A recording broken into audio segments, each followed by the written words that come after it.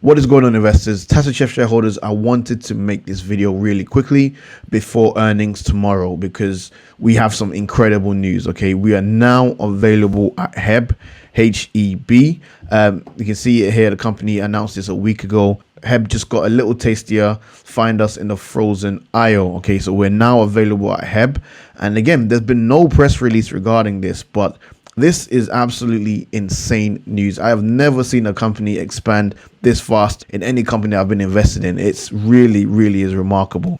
And forgive me if I'm not as upbeat, as I normally am. I have been feeling under the weather recently, but I wanted to make sure I get this news out there. Now, with regards to HEB currently have 340 stores. Okay, so that's an extra 340 points of distribution for Tattooed Chef. Now, in the grand scheme of things, in comparison to the Krogers, your Targets, your Sam's Clubs, again, it doesn't compare, but it brings us even closer to our end of year target of 10,000 distribution points. And I think this is phenomenal news. Now, as well as HEB, we are also now available at Nugget Market. Okay, so this is an announcement that the company made on their LinkedIn 2 weeks ago.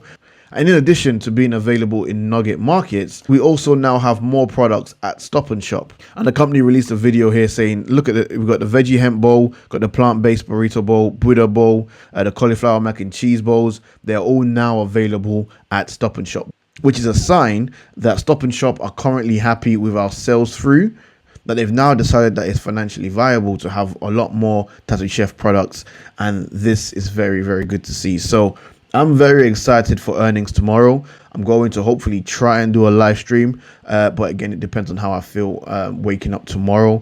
But I wanted to get this video out there before earnings. I think we're going to absolutely crush earnings. It's not even going to be funny. I mean, if we report fantastic earnings and the stock goes down, believe you me, I will be adding to my position. But if the stock goes up, then hey, I've got a sizable amount that I'm already happy with anyways. So either way, it's a win-win for me, and I look forward to Q2. So this was a quick video, quick update. I hope you guys are doing well, and I'll catch you in the next one. Peace.